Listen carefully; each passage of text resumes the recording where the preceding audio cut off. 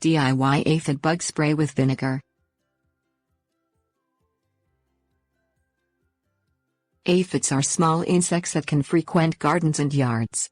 Even though multiple insect sprays are available in gardening stores and online, you can create a simple homemade spray with vinegar that costs you much less while still delivering effective results. The DIY aphid spray works by coating the aphid body and clogging the holes used to breathe.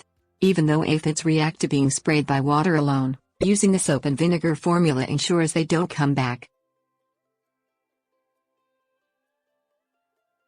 Things you will need: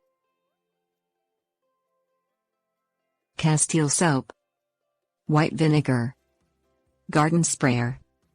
Mix 1 tablespoon of Castile soap with 1 gallon of water in a bucket. Add 1 tablespoon of white vinegar to the mixture and mix well. Pour the mixture into a garden sprayer. Spray the aphids directly with the garden sprayer. Thoroughly spray the leaves of all affected plants, including the undersides.